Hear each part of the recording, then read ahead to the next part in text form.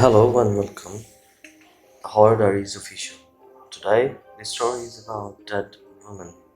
The Dead Woman is a scary ghost story about a man who lives next door to a haunted house.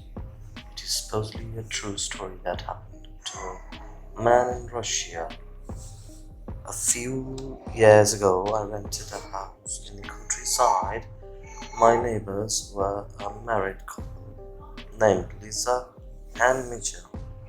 They had two young children, a boy and a girl. They were nice, quiet family and pretty much kept to themselves. One night, I was awakened by a blood-curdling scream.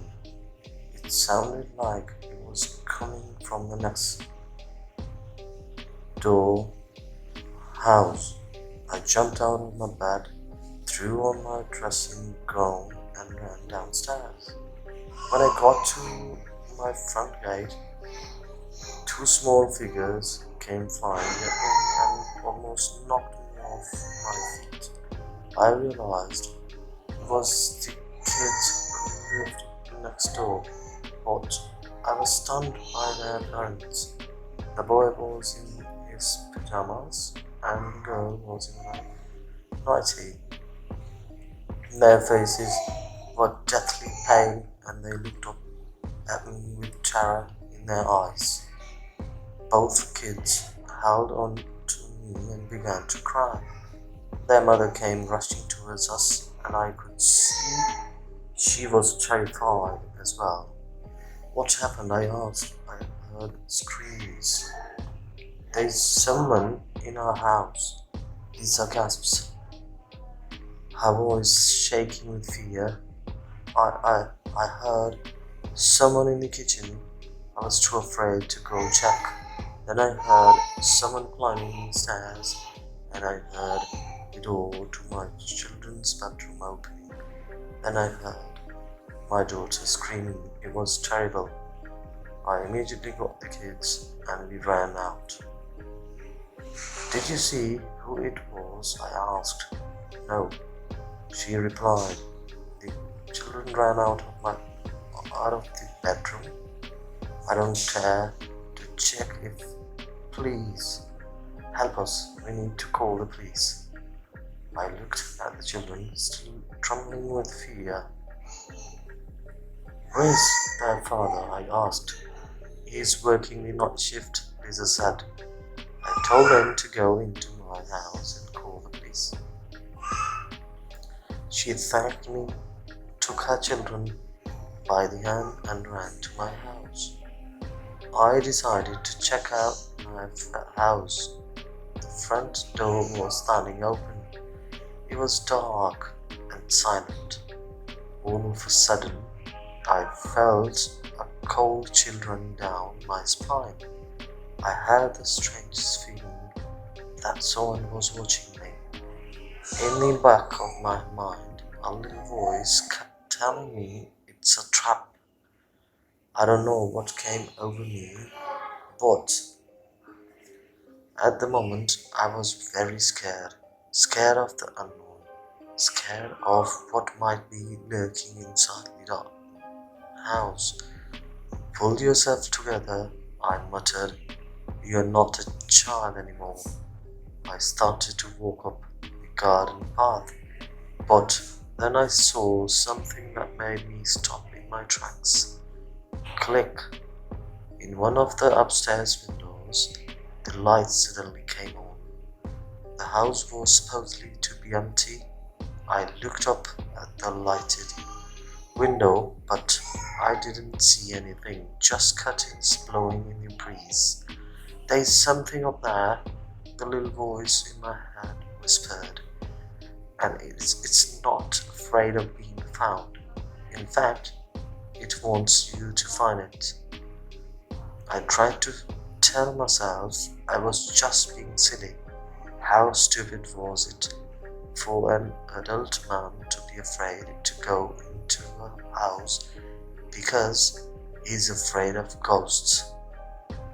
If it's a thief, I thought to myself, then why would they switch on the lights? Click, the light turned off. What the hell? What the hell? I thought and took a few steps back. I didn't see anything in the darkness, but I felt goosebumps rising on my skin. Click, the light turned on again. When I looked up at the window, my heart skipped a beat. There was a dark figure standing there. It was a woman. Her skin was taut and shriveled, and her hair was long and unkempt. She looked like a corpse. She just stared down at me and with her hollow, empty eye sockets, and she smiled a dead smile. Click, the light went out. I turned and ran back to my own house. When I got to my front door, I banged on it until the neighbor lady let me in. She looked at me with a mixture of fear and anxiety. My face was pale and my eyes were so frightened that the children began to cry again. Water, I panted. I need water. Lisa grabbed a glass, filled it with water, and handed it to me. I downed it in one gulp. My heart was pounding, and I had broken into a cold sweat. I was afraid that I was having a heart attack.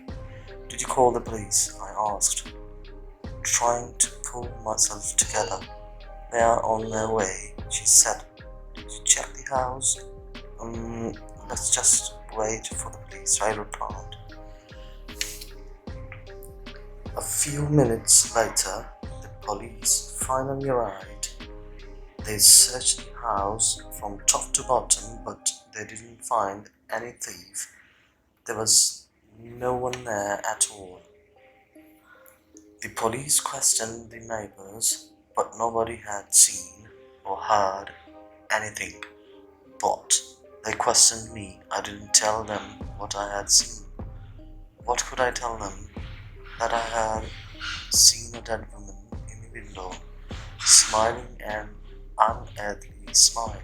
Nobody would believe me. The police eventually finished up their business and left to take care of more important things around 7 o'clock in the morning. The woman's husband came home. The children were glad to see him, and together the family returned to my house. I tried not to look at their house, especially at the upstairs window. After that crazy night, I began to have trouble sleeping. As soon as I closed my eyes, I would see the face of the dead woman. Then, life seemed to get back to normal.